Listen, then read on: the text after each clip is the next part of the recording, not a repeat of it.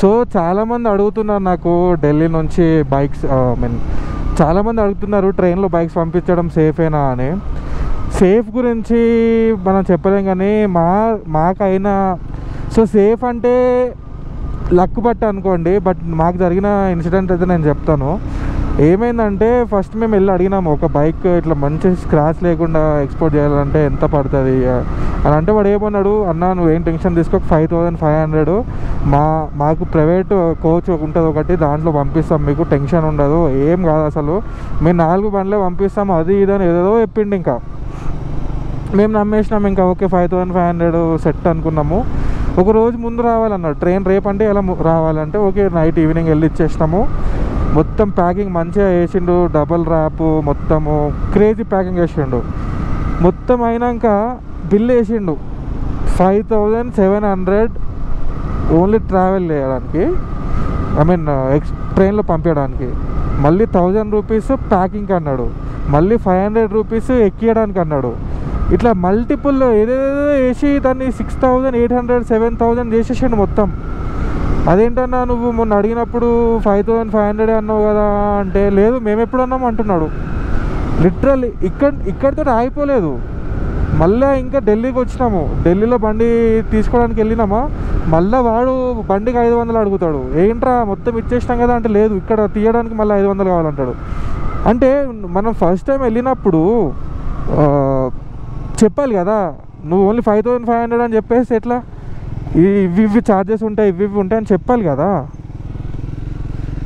ఏం చెప్పాడు, మొత్తం అయినాక ఎట్లా ప్యాకింగ్ మొత్తం చేసి పంపించినాక ఎట్లాగ ఇస్తారు కదా అని చెప్పి లాస్ట్ మూమెంట్లో చెప్తున్నాడు అనమాట.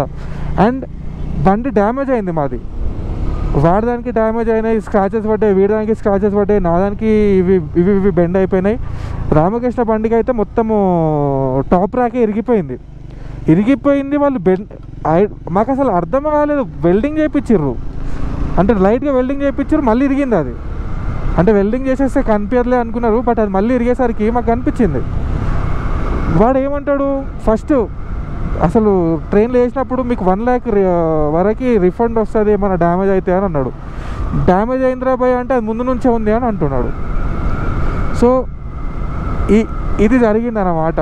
సో ఈ పర్టిక్యులర్ వెండర్ ఎవడైతే ఉన్నాడో చాలా కన్నింగ్ ఉన్నాడు. సో బీ కేర్ఫుల్, ముందే అన్నీ అడగండి ఎన్ని పైసలు ఏంటి సంగతి ఇది అని. బట్ మీరు అనుకోవచ్చు ట్రైన్లో పంపిస్తే మ్యాక్సిమం డ్యామేజ్ అవుతాయి బ్రో మినిమం ఇవన్నీ, బట్ అవుతాయి.